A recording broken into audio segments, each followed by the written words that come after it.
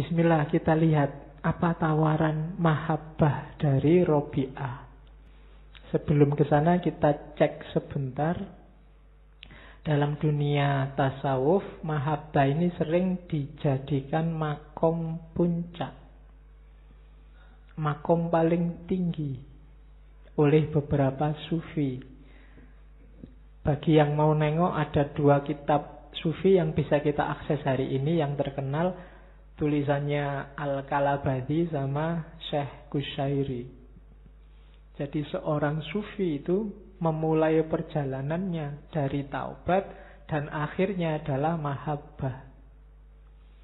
Berarti orang yang sudah mencapai makom mahabbah itu punya semua kualitas sebelumnya.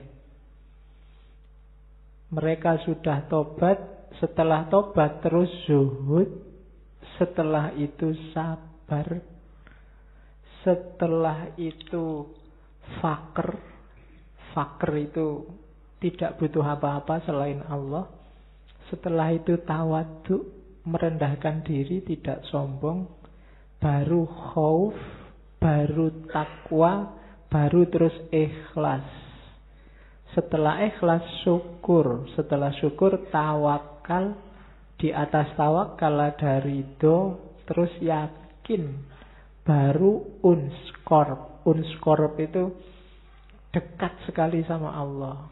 Uns itu artinya jinak. Jadi dirinya sudah terjinakkan sehingga dekat sama Allah. Dan kalau sudah begitu, bisa masuk ke makom selanjutnya, mahabbah. Jadi tidak sederhana untuk jadi seorang sufi. Saya tidak tahu, setiap makom itu bisa bertahun-tahun. Dan dari setiap makom biasanya nanti ada akhwal. Kalau Al-Qushairi lebih panjang. Ada tobat, setelah taubat mujahadah, setelah itu kholwat, setelah itu uzlah, setelah itu takwa, baru warok, terus zuhud, terus khauf, setelah khauf rojak, setelah rojak qanaah, setelah itu tawakal, setelah itu syukur, baru sabar, terus muraqabah, terus ridho, terus ikhlas, zikir, fakir, mahabbah. Dan puncaknya mahabbah itu syauk. Syauk itu ya kerinduan yang dalam pada Allah. Jadi sebenarnya jadi satu. Kalau sudah mahabbah ya pasti dia mengalami syauk. Itu Al-Qushairi. Jadi dalam dunia tasawuf, mahabbah derajatnya tinggi, makomnya tinggi. Ada yang bilang syauk itu akhwal.